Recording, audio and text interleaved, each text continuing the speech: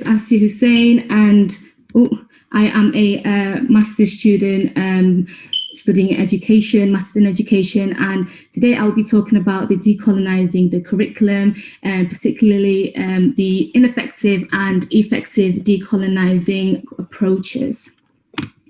So my research has found focuses more on racial and ethnicity, but of course the same principles apply to gender and sexuality. But I would like to start off with that the effort to decolonise the curriculum is not something new. However, we can agree that the horrific events of George Floyd's death last year has sparked a need to make a change. While there is a strong initiative on the part of schools to change what they teach their pupils, weak decolonial strategies are still being implemented in schools.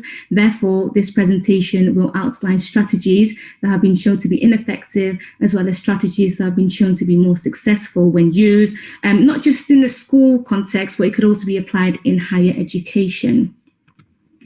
So, and in terms of ineffective approaches, for starters, providing one-off CPDs to teachers is seen to be quite impractical. Yes, it addresses important issues, giving staff a better understanding of these challenges and what they can do to help their pupils.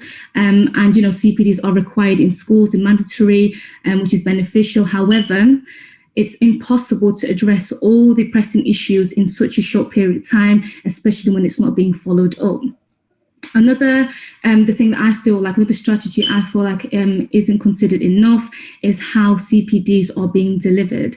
A lecture style approach may not be the most effective because it doesn't allow teachers to connect with each other or converse with each other or the speaker.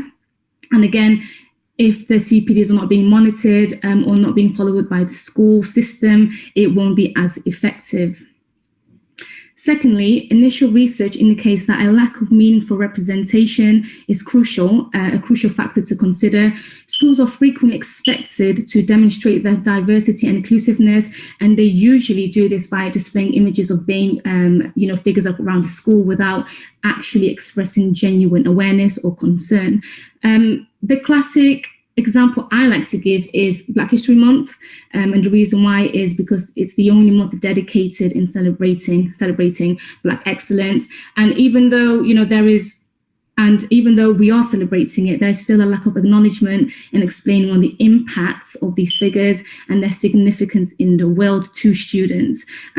Schools like myself, even the school that I went to while I was younger, they didn't even celebrate Black History Month despite having Black students, which is quite problematic. It is clear that BAME children are underrepresented in the classroom, and this might even make them feel quite invisible, unimportant, and undervalued in comparison to their white counterparts who are constantly celebrated in the classroom through their curriculum. The lack of acknowledgement for diverse backgrounds truly, speaks volume to these children, and they do indeed pick up on this. I don't think we considered psychological side to this, such as children feeling isolated, not feeling good enough, the loss of motivation, the low confidence, and these are just some of the lifelong detrimental effects that they might have and that may be left on them. However, we are able to overcome these barriers by implementing effective approaches, which I have found through my research and my own personal experience as an English teacher. So Moncrieff and Osari and Dunford are advocating that anti-racist training is needed in order to eliminate the socialization of racial bias in the classroom. So to do this, compulsory training for both teachers and school leaders is important, because if it's been made a choice, then it wouldn't have the same positive impact. Some, people might not attend this training if it had been made a choice, and therefore it would be quite ineffective. The drawback, however, of this approach is that it might not be appropriate for everybody, as it really does depend on one's mindset and whether they are genuine. And there is a genuine willingness to learn and improve. We cannot force people to really actively listen and take information on board. So number two would be the necessity for workshops being led by external speakers and organizations. One way to achieve this is by having continuous and transparent centralized CPDs to resolve the structural present in the curriculum stated by the Black Curriculum Organization.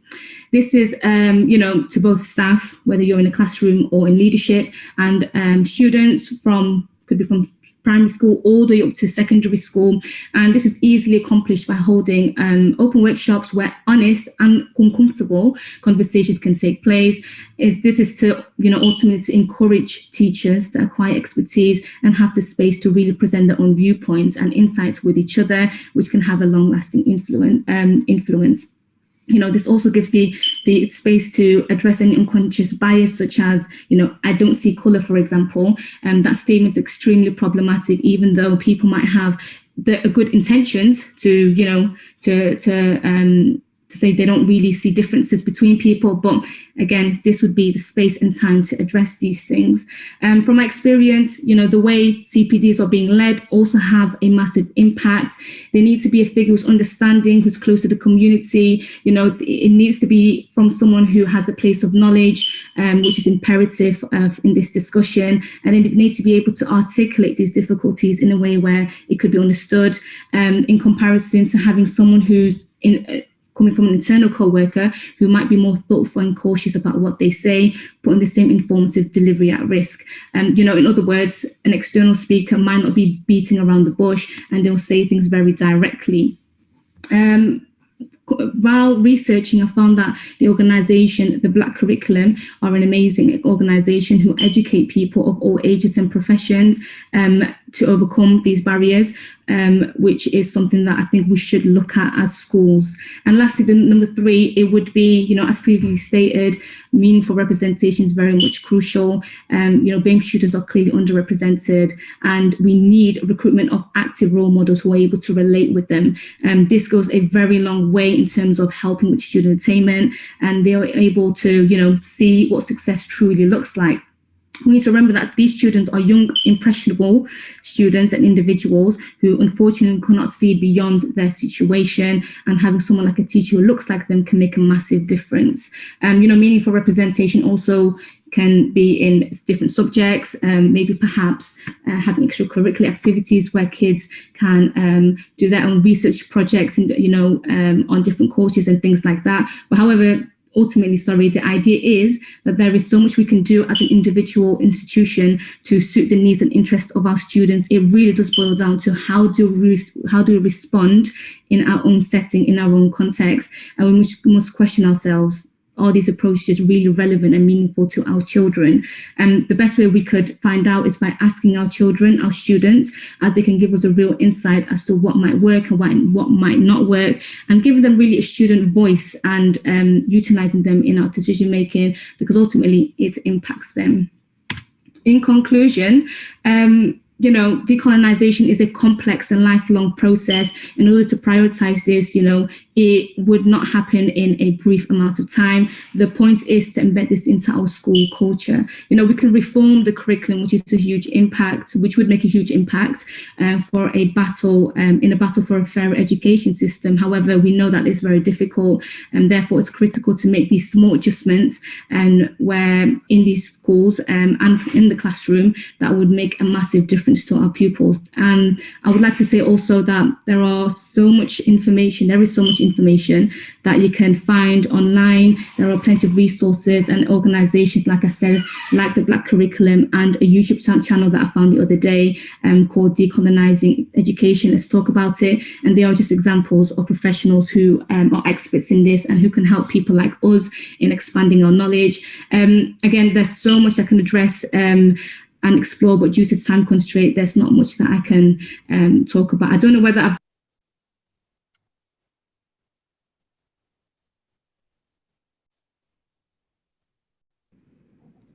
Hey everyone, I'm Rachel, and I'm a master's student in education, social justice.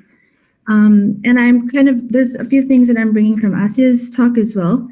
But one of the challenges that I found when researching decolonization was trying to see what decolonization actually looks like.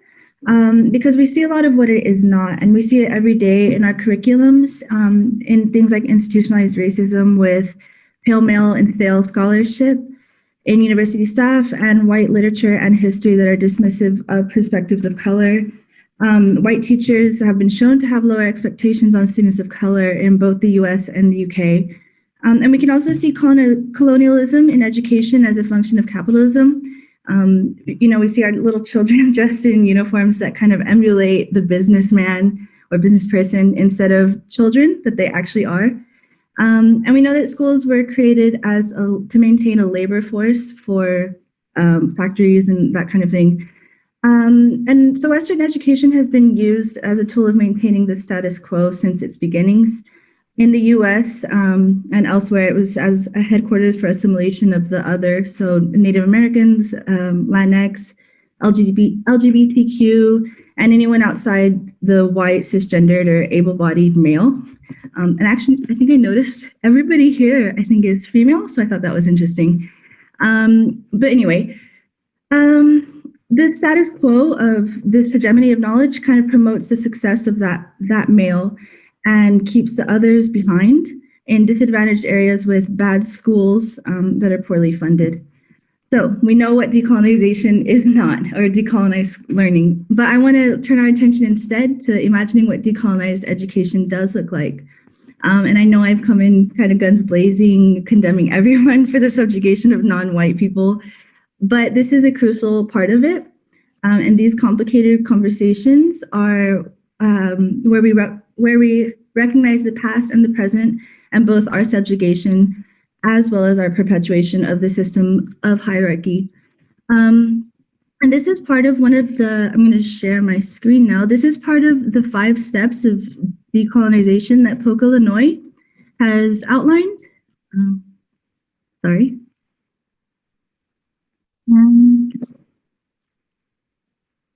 So in the 5 stages of decolonization, we have the rediscovery and recovery of one's culture, mourning over the loss of culture and the trauma that it brings, dreaming of possible futures in which a new order is a reality, a commitment to this direction, and finally, action in making this dream a reality.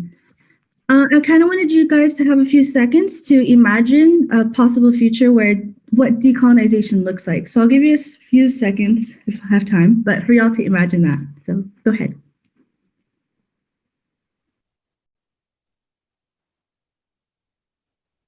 Okay, so it's kind of, I found often that it was really hard to imagine what it looks like. But in this talk, I'm going to talk about the imagining, obviously, the dreaming aspect of this, and also the mourning where we recognize our colonization and what has been kind of done to us. So we're not going to decolonize all of the schools everywhere today. It's a lifelong process, like Asia said. But I think imagination is a critical step towards decolonizing our minds and then eventually schools and higher ed. So it both borrows from and influences CRT, indigenous, feminist, queer thought, and scholars like Paola Freire and bell hooks. And so decolonization isn't just one thing, but instead it has all of these, thoughts, lines of thinking and stuff. So one thing that they all have in common is that they have the space for utopian thinking. One thing that I liked that my lecture posed was, what would education look like if you had a magic wand? So I would use my magic wand to illustrate the state of education now, and then a decolonized space. And I use this in the following narrative. So it's a bit long, but can you take some time and read that, please?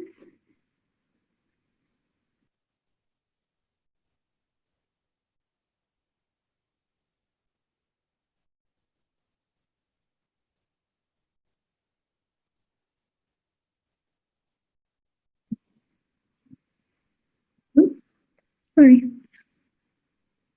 So this was an excerpt from an essay I wrote, and it's a little bit out of context because the rest of it isn't there, but hopefully it still does the job to kind of illustrate this. And in the first few lines, I wanted to shed light on the conditions that students of color often find themselves in. So Siamara is at a school that is, the lights are flickering, and she says, so ghetto. And that's to kind of show that a lot of students of color are in underfunded schools. Oh, there I go again. And they're impoverished and they're often excluded at higher rates. So she's going to the in-school suspension classroom, and that's what that means, is the exclusion. But what she finds when she goes to the door is a reimagining of traditional schooling, and it's an outdoor setting, and the teacher does the land identification.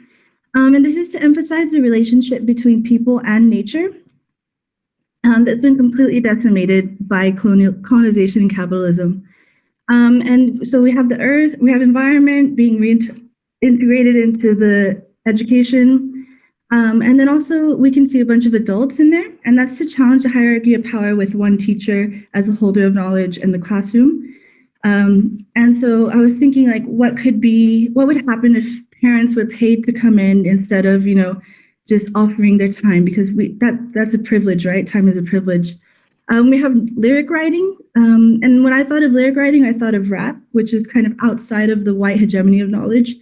And they talk a lot of really meaningful things that are experienced by a lot of students as opposed to just the white experience. So one of the things that is really important is that we look back at the past and we also look forward to challenge the hierarchies of power and disclose our experiences. And what Asia was saying is, like, bringing into the conversation our subjugation as well as the perpetuation that we have committed of colonization. And when we see that others have experienced this, and when we experience it, we can gain a more decolonized kind of mindset. And I know it sounds very blue skies, and I'm usually the first to criticize because, time is a privilege and all of these things are quite privileged and we've seen it done. But if we could bring those into a space for students of color and communities of color, then we could try and move towards utopia. Thank you.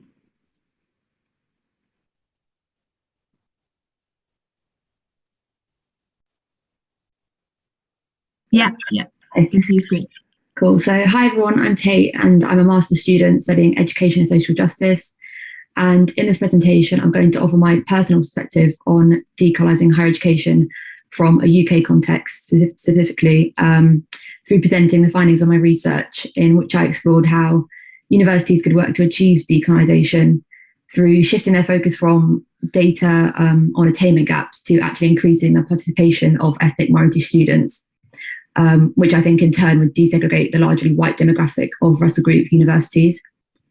It's quite a conceptual and abstract piece of research, grounded in critical race theory, but one that could hopefully offer possible solutions for higher education policymakers.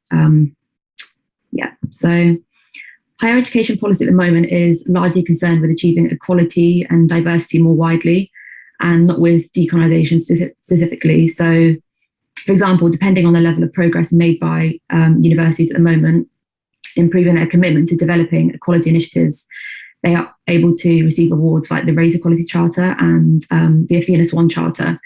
However, I would argue that these efforts are not critical enough and often tokenistic. So they can be used by universities to market themselves as diverse. So my research, therefore, explores decolonisation through the language of debt to ensure that efforts at increasing ethnic minority participation are genuine and work towards social justice aims. So firstly, I'm going to look at the differences between the attainment gap and the education debt. So the attainment gap, which is the difference between white British and ethnic minority students being awarded a 2-1 or first degree, has received quite a lot of attention in recent years in higher education. However, many scholars have recognised the danger in solely focusing on attainment gaps when it comes to decolonisation, as seen by the quote by Bertia on the slide there. And critical race scholar Gloria Ladson-Billings also notes how focusing on the gap can be misleading, as it only provides a short-term picture on how students actually perform and doesn't really tell us anything about why the attainment gap exists to begin with. So instead, she urges us to focus on the education debt, which has been created by various historical, economic, and socio-political decisions and educational policies in society. So first, I'm going to explore the historical debt, which is the legacy of inequalities in society relating to issues of race, gender, and class. So the historical debt is particularly prevalent in UK higher education due to the role that the university has historically played as a site of colonial knowledge production. where theories of racial inferiority were first formed and shaped. So the culture of elite white male privilege that existed at universities like Oxford and Cambridge prevented racial and religious others from attending these institutions, which is a colonial legacy which can still be seen today, due to the fact that Russell Group universities are predominantly dominated by white middle-class students, whereas on the other hand, post-1992 universities are more dominated by working class and ethnic minority students, where employment rates are lower. So you can kind of still see the legacy of this colonial historical debt and how it impacts on ethnic minority participation at certain universities. The economic debt refers to the systems in society which have allowed for funding disparities to exist between state and private schools. So in the UK, the private school system has reduced the number of ethnic minority students attending elite universities. And this is because although only 7% of children in the UK attend private schools, a disproportionate amount of them then go on to attend Russell Group universities, of which the majority are from white middle class backgrounds. So on the other hand, state school pupils, in particular ethnic minority students, are being deprived of a place at Russell Group universities due to their inability to pay for private education in the first place. So in my research, I proposed the increased use of scholarships to promote decolonisation. So I used the University of Oxford's Rhodes Scholarship as a case study. So the Rhodes Scholarship was established through the will of the imperialist Cecil Rhodes in 1902 and is one of the most prominent international scholarship programs in the world. However, Black scholars of African descent only comprised 20% of the scholarship cohorts.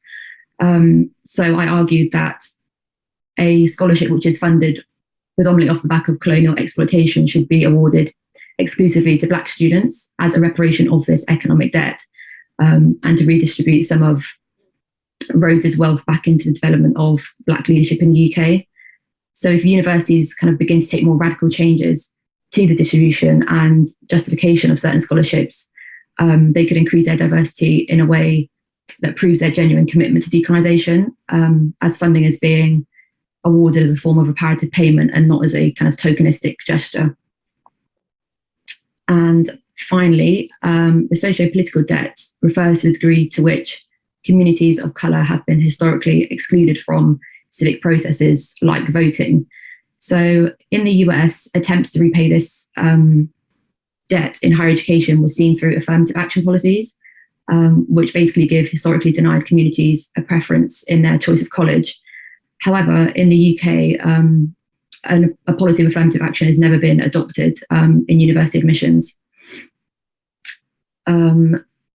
So research into university selections has shown that even when some ethnic minority applicants to highly selective institutions have the same A-level grades as their white counterparts, they're considerably less likely to be accepted still.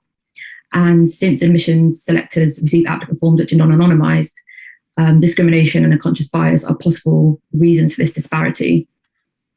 So one way to combat this potential bias in admissions would be the implementation of affirmative action, but one that is more critical, rooted in history and attuned to our colonial past.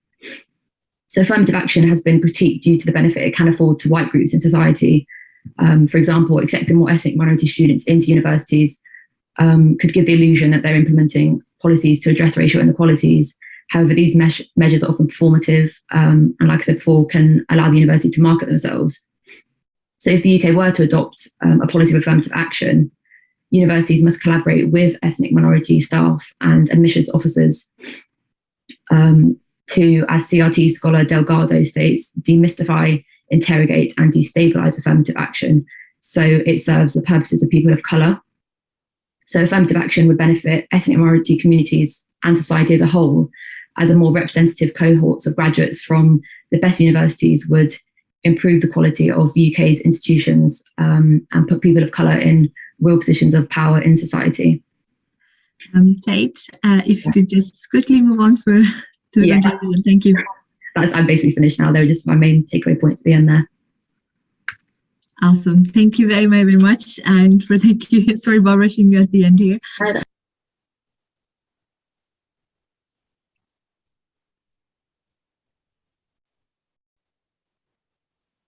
Hello, everyone. I am Xiaqi, a year 2 student majoring in education and sociology. I participated in Decolonizing the Curriculum project since last October. So today I want to talk about why I joined the project, how my thoughts evolved over time, and how this process has changed my way of looking at my university studies.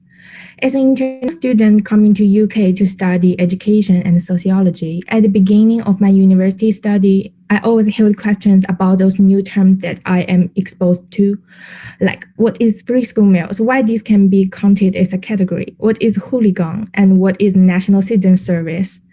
I need to do my own research to understand these terms. Nonetheless, there are still barriers for me to participate in discussions around those concepts. It is at that time I desire to have some content, examples, and debates that we international students could be more closely related to and be more confident in talking about. And similar concerns raised when I was studying sociology. Almost all theories I have learned were developed by white male sociologists from Western countries. Inevitably, I began to be curious about how works written by Asian sociologists, and in particular Chinese sociologists, look like, and how they analyze social problems in different social contexts. However, within modules, I did not get the answer. Driven by these thoughts and expectations, I joined the project. I want to communicate with students who have similar concerns and contribute to the diversity of our curriculum contents. But the project deepened my understanding of the decolonization work.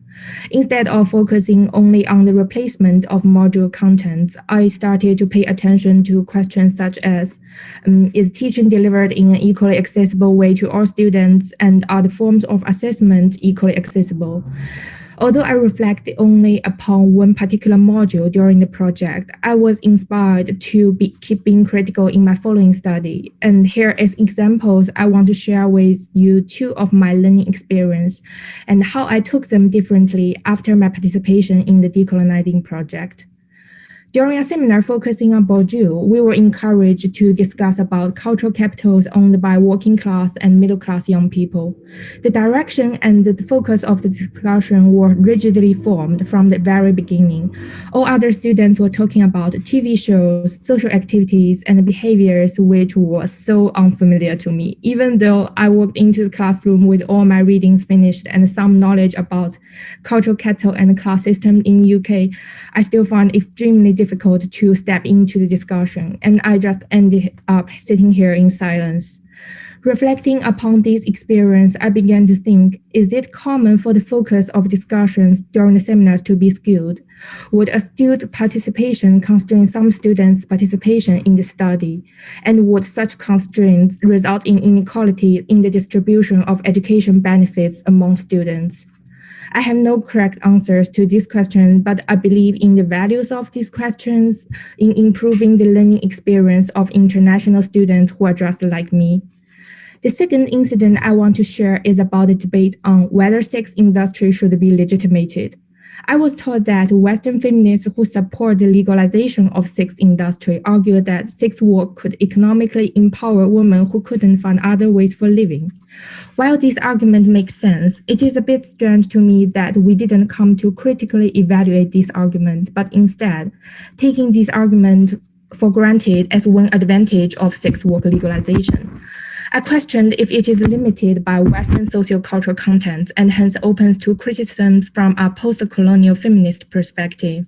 For example, some studies show that many Chinese female sex workers are constrained by filial duties and the need to support their natal families. The economic exchange involved in this case is not merely between the female sex worker and the male client, but at a deeper level between the father of the sex worker and the male client. It is hence worth questioning if sex work legalization could absolutely bring economic empowerment or on the contrary, risks doing the exactly opposite thing. Combining the experience with what I learned from the Decolonizing project, I began to question, are the positions and arguments taught critical enough? And could our curriculum benefit from incorporating more non-Western perspectives? And furthermore, is it possible for non-Western students like me to contribute to the decolonization of the curriculum by using our former knowledge and experience? To answer my own question, I searched on how critical pedagogy could help to decolonize our curriculum. Due to time limit, I won't discuss this in detail, but I'm more than happy to discuss with any of you later. And I came to this forum with so many questions that are not answered. I don't think it is possible for them to be answered perfectly, either at this forum, during the Decolonizing a Curriculum project, or even in the near future. However, I want to re-emphasize, using my last slide, why the decolonization work is vital in higher education institutions. Firstly, it is essential to decolonize curriculums if we view university as public sphere for critical debates. A biased curriculum will never successfully shape students into critical citizens who have the potential to tackle social injustice and bring positive change to the society. In addition, if one of the aims of university is to empower future researchers, decolonizing the curriculum is still a priority. Different economic, political, and sociocultural backgrounds enable researchers to bring criticality into the field. A curriculum which does not value such diversity would probably erode researchers' ability to flourish academic studies. And the responsibility of higher education is to develop rather than to undermine the possibilities that diverse researchers could bring. And that's the end of my presentation. And just to add an end note, I was selected as one of the mentors who participate in the UOB reverse mentoring scheme, which aims at addressing racism, microaggressions, and continuous colonialism in the university. Like, decolonizing the curriculum is absolutely something I want to bring into discussion. I don't know if there are other mentors who are attending this forum, but if anyone was interested and in sharing their opinions and thoughts and their experience, I'm more than happy to talk. And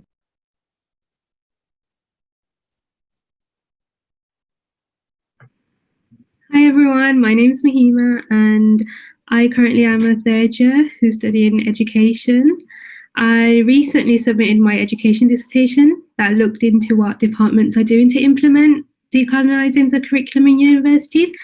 And in particular, I studied the project that the School of Education had produced, which was decolonising the curriculum as a case study for my dissertation. And this is where I took on the results to narrate my own findings.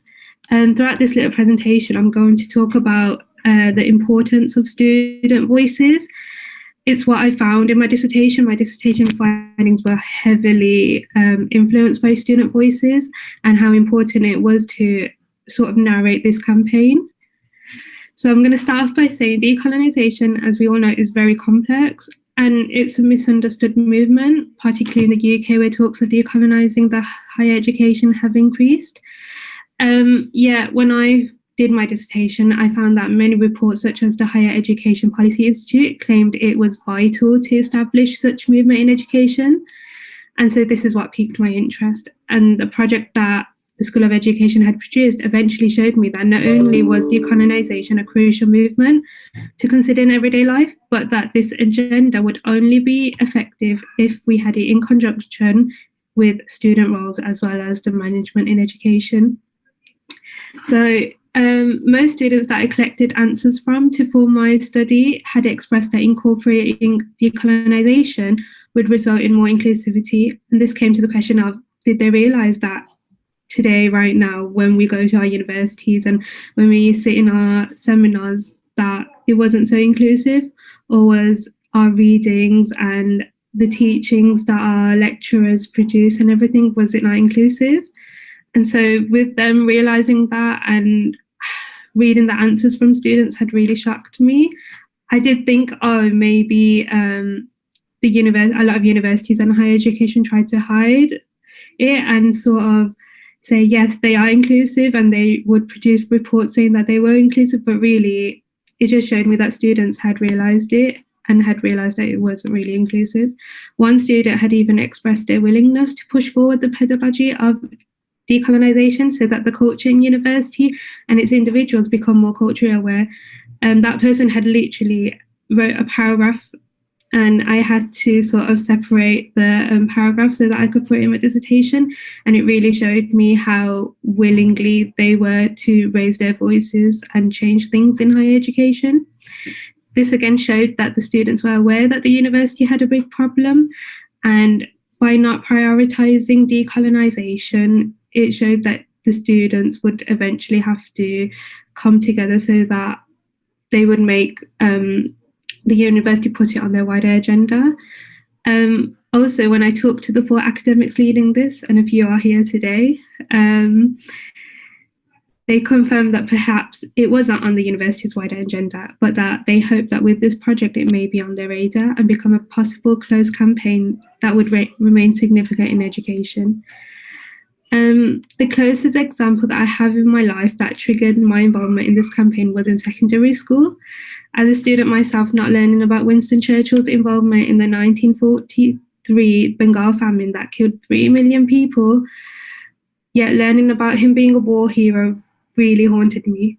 And as a Bangladeshi student myself, not learning about this or not learning about the British Empire's contribution to labelling of my people or downgrading them and creating the stereotypes whilst colonising them, it shocked me a lot. But the fact that I didn't learn it from school, but I learned it from my own family or when my mum would talk about it, it just showed that the university, or not even the university, the curriculum as a whole was hiding it. And it was worrying. And as Asya said, when one of the suggestions to sort of eradicate this whole culture is to have honest conversations, I really wanted a wholesome and honest, and I really without the fear of going against the curriculum conversation addressing colonialism. Yeah, I was excluded from that conversation. And when I brought it up to my teacher, he didn't really acknowledge it. And so when I was excluded from that conversation, I realised so many others were. During the Black Lives Matter movement last year, when Churchill's statue was literally branded as racist, I don't know if you all seen that, but that's when I realised there was an uprising and maybe more and more people would acknowledge what happened. It shouldn't have to take Black Lives Matter to make you realise that these crucial points in life, they shouldn't be hidden and they should be exposed. And yeah, it just shows that things like Black Lives Matter or other movements that are student-led just shows how powerful our voices are. But yeah, from a young age, my history and everything, the insight, it just showed me that representation was crucial. And whereas the adults did not give me that sort of representation, I realised I had to start somewhere. And though it shouldn't be our responsibility, you can only hope with educating yourself and educating yourself with this campaign especially, that you can voice out your experiences and suggestions to decolonise society-wide. Back to my research, when I learned that students wanted to understand an array of culture and promote the diversity that we see in everyday life, it made me think that without the cooperation of higher education management, how would we see this campaign go to reality? At last, decolonisation urges us to learn about what these institutions were built on, and what we need to do is bring forward our voices, whether that be changing reading lists, exemplifying our student of colour, raising student achievement through eradicating the student achievement gaps, or everything that we can do is all realistic. You may feel hopeless and helpless, but it is all realistic. We can go to that workshop and we can sign the student forums that our lecturers give us at the end of the semester. We can do so much to get rid of this Eurocentric curriculum if only we raise our voices. So yeah, thank you. And for the academics here today, I just want to remind you guys, push forward those student voices. Their feelings and their sentiments to this movement is so crucial. And when this movement comes alive, I believe that it will be at the hands of academics and students coming together to promote this. So yeah, thank you.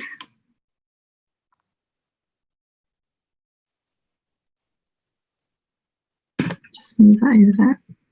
Yeah, so hi everyone, I'm Stephanie Holden. I'm a year 1 trainee educational psychologist from the Education and Child Psychology Doctorate. So yeah, I haven't done any research on this area. These are just kind of my reflections as a student on a professional training course and from being involved in the pilot of the Decolonising curriculum project. And also on our course, we had a whole course day where we all focused on sort of next steps for how we can address issues around decolonising the curriculum, We reviewed things like our module handbooks, our course handbook, and our website. So these are just kind of my reflections and my key takeaways from that really. So just to start with, I wanted to share a quote from Keele University's manifesto for decolonising the curriculum, which for me really sums up the key point I've taken away from the project. And I think it's just really important to have that critical lens on knowledge. So for me, it's about kind of recognising that the knowledge that the curriculum values and presents to us impacts how we view the world, ourselves and others as students, and also then the choices that we then go on to make in our professional practice, particularly for me as a student on a professional training course. I think it's important for us as students to develop a critical view on the knowledge that's in the curriculum and recognise the implications it has on several levels. So I wanted to focus on 3 levels in particular today, and kind of highlight how they sort of interact and overlap with each other. So educational, psychological and societal levels. So at an educational level, decolonised curriculum, for me, it means going beyond Eurocentric knowledge to develop a rich curriculum, encourage students to develop a critical perspective on knowledge. So, for example, in traditional psychology, many of the key theorists and psychologists that are referred to time and time again, they are white males from Western countries, and the theories and models and the research coming from them is based on a Western society which is built on race, gender and class hierarchies and values. So it's kind of, we need to not simply just remove these from the curriculum, but as students we need to develop a critical perspective on this white knowledge and the power structures that it represents. Although the curriculum does need to be inclusive and highlight multiple perspectives, it needs to go beyond simply adding in models or theories from ethnic and minority academics and scholars, and instead help students to consider how different knowledge and frameworks can inform each other to reveal new perspectives. And also, it's not just about replacing authors with authors of colour, but also considering how we interpret mainstream texts and how we experience them as students. And I think the educational level overlaps with the psychological level, as it's important that what the curriculum teaches also reflects the cultural and social backgrounds of all students. So at the psychological level, it's important that students of colour see themselves represented in the curriculum to enable them to feel stimulated, engaged by the curriculum and feel a sense of inclusion, which will impact on their motivation as well. And I think it's also important that inclusion for ethnic minority students occurs beyond the taught knowledge, but also the information that the university shares with students and the message this puts across. So on our course, on the whole course day where we kind of came together as students and tutors, we had discussions and worked in groups to look at aspects of the course beyond individual teaching sessions. So we looked at the website, the trainee handbook and some of the modules as well. And some of the points raised in the group that I was in were around the representation of people of colour in images on the course website and in the handbook. So we needed to make these more diverse and also build in a commitment to equality and diversity into our course ethos to really put that message out there. And we also found when we were having these discussions that decolonising the curriculum had to go beyond addressing issues around race. We found ourselves addressing issues that came across around gender and disability, for example. So intersectionality was something that was really important to consider and to recognise that oppressions don't occur in isolation. So following on from the previous point around representation, this kind of links onto a wider societal level in terms of in which decolonising the curriculum can address barriers that exist in university structures, such as those that prevent ethnic minority students being successful in their studies or even gaining a place on a university course in the first place. So for me, this made me think about wider issues on the educational psychology doctorate around the lack of EPs of colour in the EP workforce across the UK, and highlights the kind of bigger structural issues around the amount of people from diverse backgrounds applying and successfully gaining a place on the doctorate. So, I mean, these issues go well beyond our course, but as I mentioned previously, I hope that addressing representation and making a commitment to inclusion explicit is a positive step. However, as a result of these issues, there are implications for society in terms of the EP workforce representing the ethnic, cultural and social diversity of the population. But it is important that as students and trainee professionals, decolonising the curriculum equips us to understand the diverse backgrounds of the children, young people and families that we work with. And we also need to be aware as students how the knowledge we hold will influence our practice and consequently society. So, for example, there was a recent blog post on edsci.org by Sarah Gilborn. I think she's here today, so I hope she doesn't mind me talking about this. But it highlights how psychology has reproduced racism through basing its understanding and measurement of intelligence on the ideas of dominant theorists of the time who perpetuated racist ideologies. And this was reflected in the BBC documentary Subnormal, a British Scandal, which highlights this issue of how psychometric testing and IQ tests based upon these ideas of intelligence led to the segregation of hundreds of Black Caribbean children in the 60s and 70s, because anything that was kind of seen to deviate from the white experience of intelligence was seen as abnormal. So again, going back to the educational level, we need to be critical of the knowledge that certain ideas are based on and of the implications for implementing this knowledge in practice in a diverse society with the children and young people that we work with. And I've just popped up the kind of resources and the references that I referred to there. So thank you.